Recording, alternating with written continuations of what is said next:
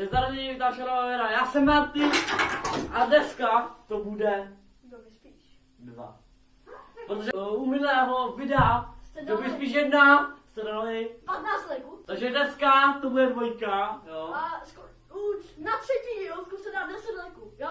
Jo? 10 lajků na další díl. Já jsem hosta, nevím jak se jmenuje. Takže čus lidi, já jsem Averel, jsem Creepypaster a když tak dejte odběr. Vůbec nevíme co to je, ale to nás nezajímá, hlavně, že to dostává. Potřebujeme jsme 10 lajků.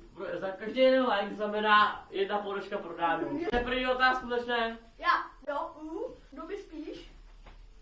Ošukám starou bábu. Hoši, vy jste mě urazili. Kdo vyspíš, se ostříhá do pola. By spíš přespal na Nimrodě. Takže ani... Teď těšit na video, na Nimrod, protože tam zítra možná jeden a budeme... Jo! Jo! Vyspíš, pojď sám, plišáka, jakože jo, job. Kdo by spíš dal pivo na ex? Já myslím, že kamero, vypínám tě. Já zapnu televizi. Kdo by spíš vyvolával duchy? Jo, já jsem dobrý. Kdo by spíš Niko sejmou snajperkou? Koho nenávidí? Ne, já dám toho, kdo má snajperku, takže má ty. A hůl, jaký jsem půl. No, to je nějaký hoď nás střílí před nohou.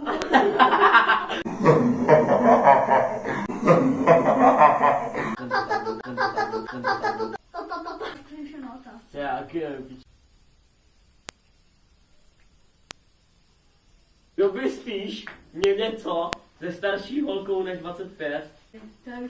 Takže teďka každý dáme poslední otázku. Kdo by spíš ošukal nějakou baculku? Péčo, musí se někdy s tím smířit. Kdo by spíš si strčil sám sobě prst, teda celou ruku do prdele, jo, no. Ne. Kdo by spíš měl to tady uklidit? Já. No.